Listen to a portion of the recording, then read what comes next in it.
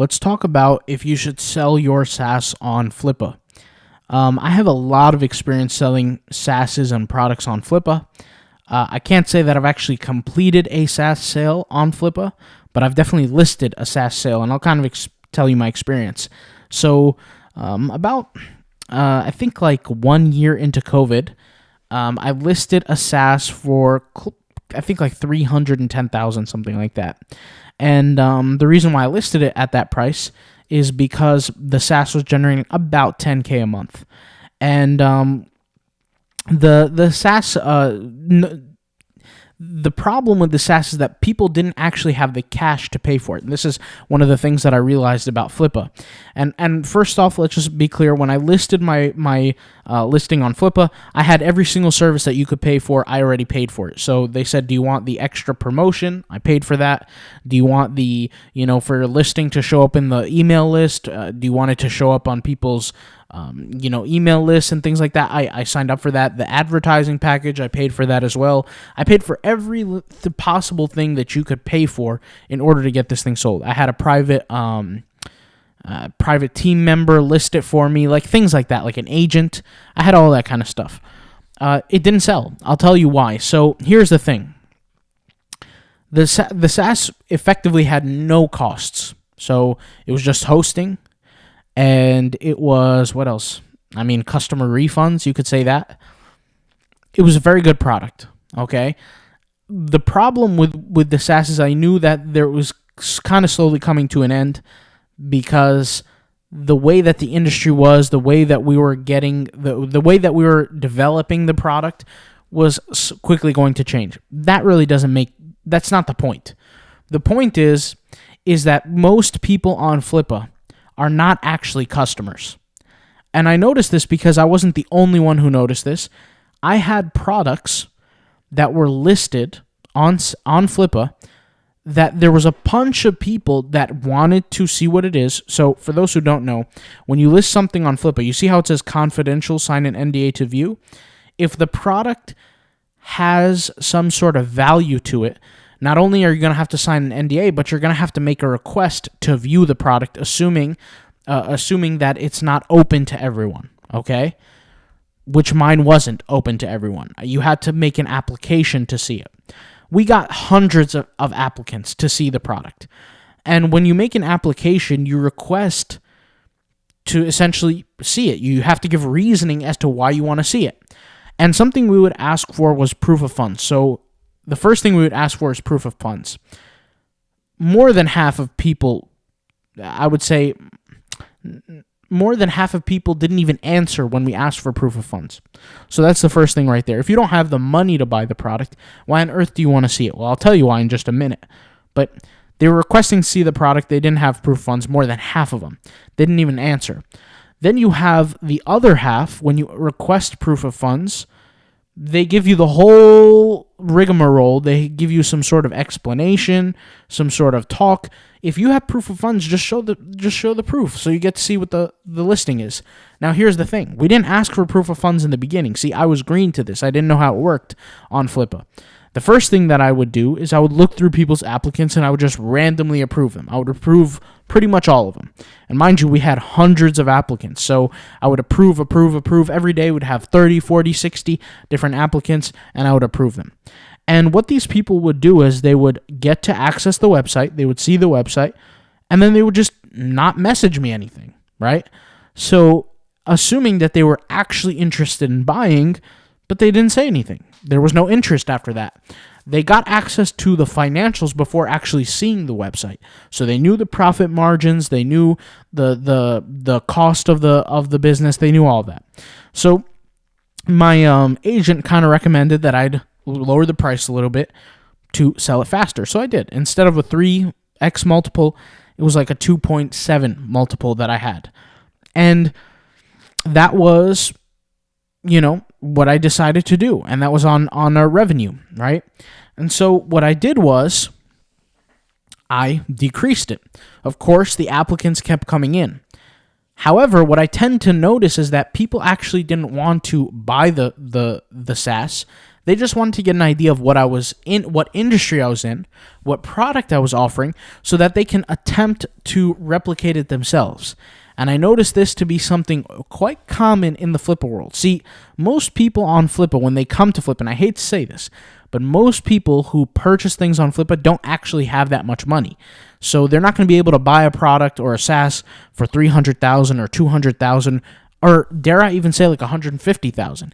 Most of them are going to be buying products, websites, assets, whatever you want to call them, for $2,000, $5,000, $500. Those kinds of assets sell all day. But the ones that actually cost something significant, they don't sell, at least not often. And the reason why I say that is because I've been through it, right? These people are requesting. They see the financials, everything's fine, and then you just get completely ghosted. They're not interested. I'll talk to you a little bit about how I kind of get into this a little bit further through my experience and realized that Flippa is kind of like a joke if you're actually trying to make a significant sale on Flippa. When I had these certain requests on Flippa, a lot of people were asking when I actually started asking for proof of funds, a lot of people were making ridiculous statements, like saying, for example, if I said, okay, yes, these are all our financials, etc., what are your questions that you have for us? And, please provide proof of funds before we allow you to see what the website is. We started changing our strategy. And other than being ghosted, which most of the people did ghost us, they would switch the topic completely and give a reason why they need to see the website before they even show proof of funds. It's not like I'm asking you to pay. You just show proof of funds and then you see it. It's like if you want to go see a mansion and you ask the realtor, hey, I want to see it. I want to see the property. You have to show proof of funds before seeing it. The realtor is not going to waste their time dealing with you, taking you to the property without showing that you actually have the money to pay for it. So there was a few people that actually showed some proof of funds, and there was this one guy who didn't show proof of funds, but he seemed interested. He asked questions who actually related to the business. So what's the burn rate? How can you improve in the industry? What else are you missing? Things like, are you interested in continuing to work for me on this business while I pay you a percentage, etc.? Things like that. Things that actually made sense for somebody who would be interested in purchasing to ask. Which, by the way, 99.9% of people who applied never asked anything like this. And so I said, okay, this guy's interesting. When we finally go through the whole process, and we're actually nice to this guy, we didn't ask for proof of funds up front. At the very end, he says to me, are you interested in financing the business? And in my head I said, of course not. I'm not interested in financing the business. You're asking me all these questions. You drove me this whole pathway down here, and you didn't even have the money to pay for it? Let me tell you what financing means. When they say, hey, I'm looking for financing, or I'm looking to get this business financed, it's the way of saying, hey, I don't have the money to pay for it, but what I want to do is I want to take on your business, act as if I'm running it, take the profit that it's generating, and pay you a piece of the profit and continue garnishing essentially a salary off of this business. And in the meantime, while I'm running the business down into the ground, because I don't know how to run a business, because I don't have any money to rub together to pay for this thing, while I'm running this thing into the ground, you can take it essentially when I'm done with it, because I'm not going to make any. He's not going to be able to run the business, right?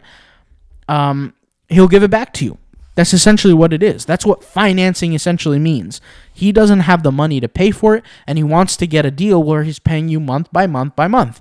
Where is he going to get the money to pay? If he doesn't have it now, he's going to get it off of the actual business. So if the business is generating $9,500 in profit out of the $10,000 in revenue, he's going to take the $9,500, he's going to give himself a $3,500 salary, and then give you the rest. You see that what I'm saying? Month after month after month. Now, the reason why that doesn't work is because if the individual didn't have the money to pay for the business, that means they don't have the skills to run it either. And so if you give them the business thinking that you're going to get paid, you're not going to get paid. What's going to happen is they're not going to know how to run the business. They're going to run trial and error on your business. They're not going to succeed. They're going to drive the business revenue down because they have no clue as to what they're doing. And in the meantime, 4 months in, 6 months in, 10 months in, depending on how bad they are as running the CEOs effectively, running this business, they're not going to be able to afford to pay you anymore. Okay? And financing never really mattered because they don't have anything down as collateral. They just have the actual business. Now, you might say to me, no, that's not how financing works. Usually you have something as collateral, but these individuals do not. That's why they're offering you to pay. And they're not taking a loan. Remember, they're not taking a loan. They're using your business as the collateral, right? They're taking your business as the collateral. Most companies do not take an asset, okay, on unless they know they can generate the profit for it or pay for it. And they might take a loan on that asset, but they know they're going to pay for it over time because the inflation rate is higher than the percentage that they are borrowing effectively, okay? That's what companies do. So companies who, like Caterpillar, for example, who take, let's just say, a $500 million loan, they don't get that from a regular bank. They're either going to go to JP Morgan, one of the biggest banks in the world.